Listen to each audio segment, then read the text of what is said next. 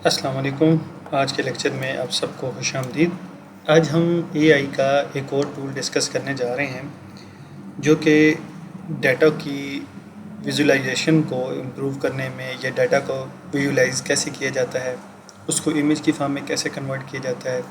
जैसे कि हमारे पास अक्सर जो प्राइमरी डाटा के ऊपर काम कर रहे होते हैं उन्होंने फ़्लो चार्ट बनाने होते हैं, या हमारे पास कोई एक जनरल इन्फॉर्मेशन है उसको हम चाह रहे हैं कि वो हमें ग्राफ की फॉर्म में, फ़्लो चार्ट की फॉर्म में शो हो जाए।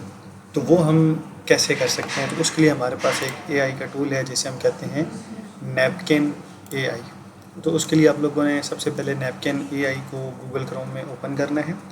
उसके बाद ये जो पहला टैब ओपन होगा इसके ऊपर क्लिक करें, नैपकिन एआई। अच्छा, इसके लिए आपको यहाँ पे पहले अपनी आईडी बनाना पड़ेगी और उसके बाद फिर जब दोबारा लॉगिन करें तो यहाँ पे गेट नैपकिन फ्री पे क्लिक करें। अच्छा, अब जब ये पेज ओपन हो जाएगा आपके सामने तो यहाँ पे आपने क्लिक करना है न्यू नैपकिन पे। उसके बाद आप लोगों ने क्लिक करना है ड्राफ्ट विद एआई।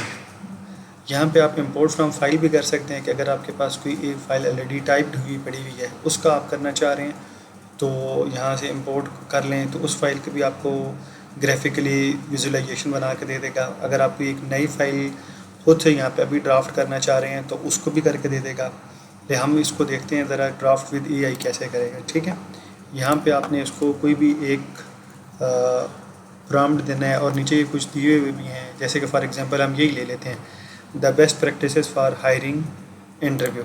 ठीक है, इसको मैंने ये प्रॉम्प्ट दी, कंटिन्यू पे क्लिक करें तो ये हमें इसके बारे में कुछ ये इन्फॉर्मेशन सारी लिख के दे देगा। ठीक है, अब ये इसने सारी इन्फॉर्मेशन हमें लिख के दे दी है, लेकिन ये सारी थ्योरेटिकल है। हम चाह रहे हैं कि ये सारा एक ग्राफ की फॉर्म में, एक फ्लो की फॉर्म में शो हो जाए। तो उसके लिए हम क्या करते हैं कि इसको सिलेक्ट करते हैं यहाँ तक ये वाली इन्फॉर्मेशन, और ये जो फ्लैश का एक साइन आ रहा है इस पर क्लिक करें। ठीक है, अब यहाँ पे वो उसको एक फ़्लो चार्ट की फॉर्म में यहाँ पे आपको शो करके दिखा देगा ये जो भी इंफॉर्मेशन हमने सिलेक्ट की। अच्छा, ये देखें, ये उसने हमें एक फ़्लो चार्ट की फॉर्म में जो हमें इंफॉर्मेशन उसने दी थी कैंडिडेट एवेल्यूएशन प्रोसेस कैसे होता है, ये सारा उसने हमें एक स्ट्रक्चर की फॉर्म में बना के दे दिया। अच्छा, अगर हमें ये पसंद नहीं है तो यहाँ हम अपनी मर्ज़ी से कोई सा भी और चार्ट सेलेक्ट कर सकते हैं। ठीक है, यहाँ पे हमारे पास मल्टीपल ऑप्शंस अवेलेबल हैं। फॉर एग्जांपल हमने इसको जब सिलेक्ट किया, अब इसके अंदर फिर फर्दर उसने हमें इसके बारे में भी मुख्तलिफ ऑप्शंस दे दिए हैं कि आप इनमें से कौन सा सिलेक्ट करना चाह रहे हैं। अच्छा, अगर आप थोड़ा सा गौर करेंगे ना, देखिए यहाँ पे वर्ड लिखा हुआ है एक्टिव लिसनिंग। तो एक्टिव लिसनिंग के साथ उसने जो अंदर एक पिक्चर से बनाई है, वो ईयर की बनाई है, वो इसे रिजेम्बलेंस करती है और वो इसके साथ मिलती जुलती है। अब यहाँ पे देखें मिटिगेट बाइस, तो यहाँ पे अगेन वो एक ऐसा उसने साइन यूज़ किया जो इस पिक्चर को, इस स्टेटमेंट को यहाँ इसके साथ रिफ्लेक्ट करता है। अच्छा, ये अब हमने एक सिलेक्ट कर लिया, लेकिन अब हम ये चाह रहे हैं कि इसको अपनी मर्ज़ी से कस्टमाइज़ करें, तो हम यहाँ पे क्लिक करेंगे। अच्छा, मैं ये चाह रहा हूँ कि ये टेक्स्ट चेंज हो जाए, तो इसको यहाँ पे हम अपनी मर्ज़ी से एडिट या इसमें कुछ ऐड करना हो तो वो ऐड भी कर सकते हैं और सब्ट्रैक्ट भी कर सकते हैं।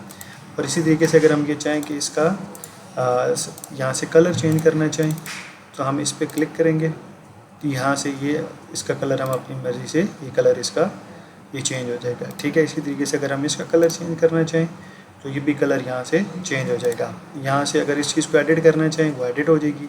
यहाँ हम एक और बॉक्स बनाना चाहें तो इस प्लस के साइन पे करेंगे तो वो बॉक्स एक नया बन जाएगा। अगर हम एक कम करना चाहें तो इस पर क्लिक करेंगे तो वो एक बॉक्स यहाँ से डिलीट हो जाएगा। और जब हमने ये सारा काम कर लिया, जो हमारी रिलेटेड इन्फॉर्मेशन थी वो हमने ये सारी यहाँ पे कर ली।